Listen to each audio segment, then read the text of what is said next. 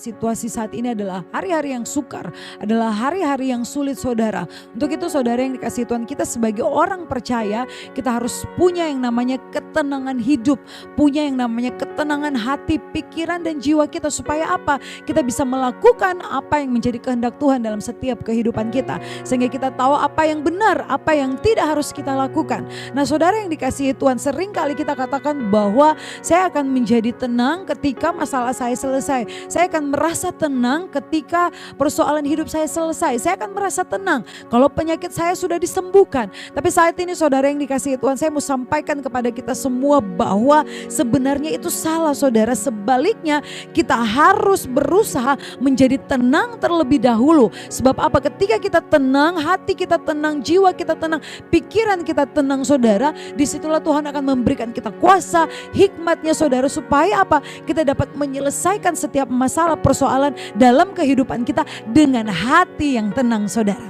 Dan saat ini saya akan bagikan bagi setiap kehidupan kita karakteristik orang yang tenang saudara. Yang pertama saudara yang dikasihi Tuhan, orang yang tenang adalah orang yang punya kekuatan di dalam rohnya. Sebab apa? Sebab orang ini mempercayakan hidupnya kepada Tuhan, hanya kepada Tuhan. Di dalam Yesaya 30 ayat 15 bagian yang terakhir saudara, di situ dikatakan bahwa dalam tinggal tenang terletak kekuatanmu saudara yang dikasihi Tuhan. Ini janji Tuhan bagi setiap kehidupan kita.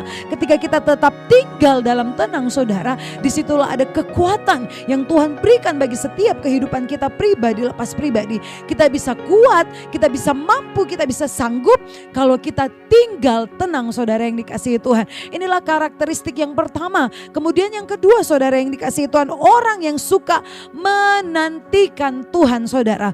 Orang yang punya hidupnya tenang, orang yang hatinya tenang, jiwanya tenang, pikirannya tenang saudara. Ini adalah orang yang suka menantikan Tuhan. Sebab apa? Sebab dia percaya dari Tuhan saja datangnya keselamatan, datangnya kekuatan, datangnya kemenangan saudara. Di Mazmur 62 ayat yang kedua, di situ dikatakan bahwa hanya dekat Allah saja aku tenang saudara. Hanya dekat Allah saja kita dapat tenang saudara.